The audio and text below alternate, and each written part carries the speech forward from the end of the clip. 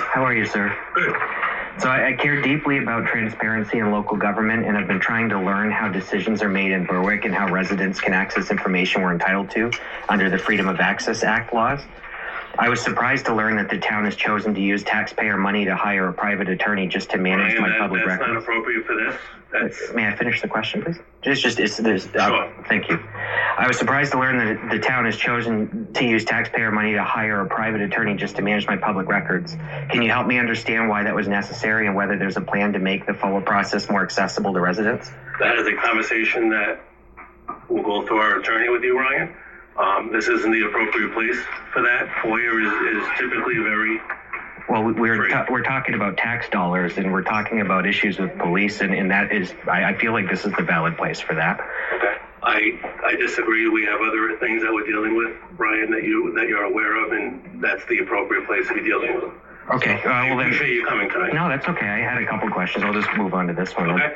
I really believe that the way resident concerns are handled says a lot about town's values. Every person deserves to feel their voice matters, especially when they're following the right process. I had an experience where a written complaint I submitted to the town wasn't taken seriously and was even discarded. I'm not saying more than that. Again, I'm not saying more than that. You know and I know what I'm talking about, but I'm not telling everyone here that the administrative assistant threw my paperwork on the ground like I just did. Again, this isn't the place for that. I understand. I don't want you to make it a place like that. Just let me finish the question, please. Can you explain how complaints or written submissions are supposed to be logged and reviewed? Is there a policy to ensure residents' concerns are handled respectfully and documented properly?